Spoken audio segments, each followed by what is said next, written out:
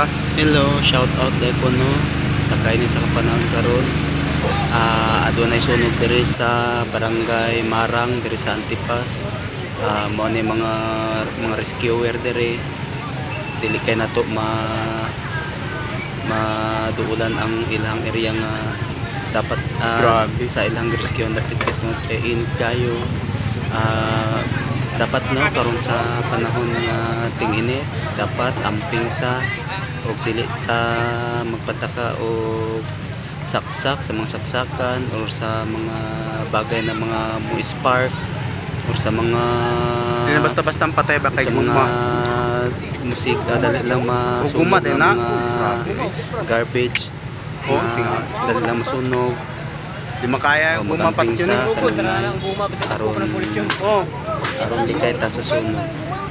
Ay stock pag yun eh. Parte ugaha. Isud kani siya palungon guys kay ang kaning nasunog man good bagol kapla Taguan niya dahil.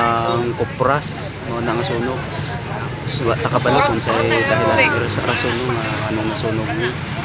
Dire na siguro daw no. Kasi siya basta ng patay ni kay kaplang dan rapper.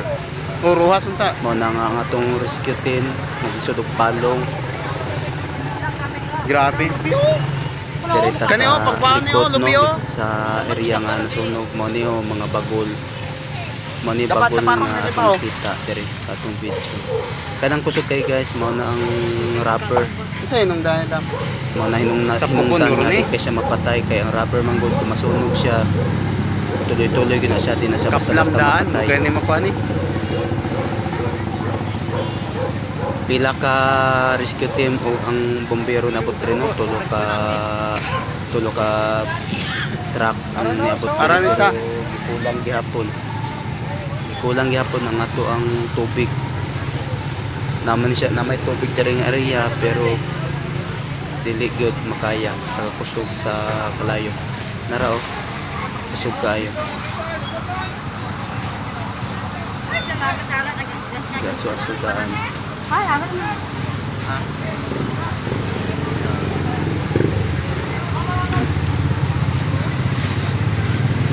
Di siya basta-basta patron kay kusog kaayo. Mo ni mga tao dili makatuol tungod sa kainit.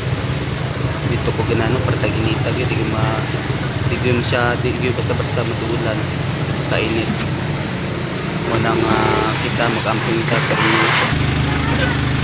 na mo ni ang iyang bodega na natong rescue na atong kapulisan diri sa Antipas kauban sa atong mga rescue Gumaw, dire dapat ang gumaw. na siya rapper mo ng gumaw mo ni siya gumaw mo na siya tayo patay sa kusog ug ang kainit gid basta siya matululan sugas ini layo siga mana nga dili sa basta-basta patyon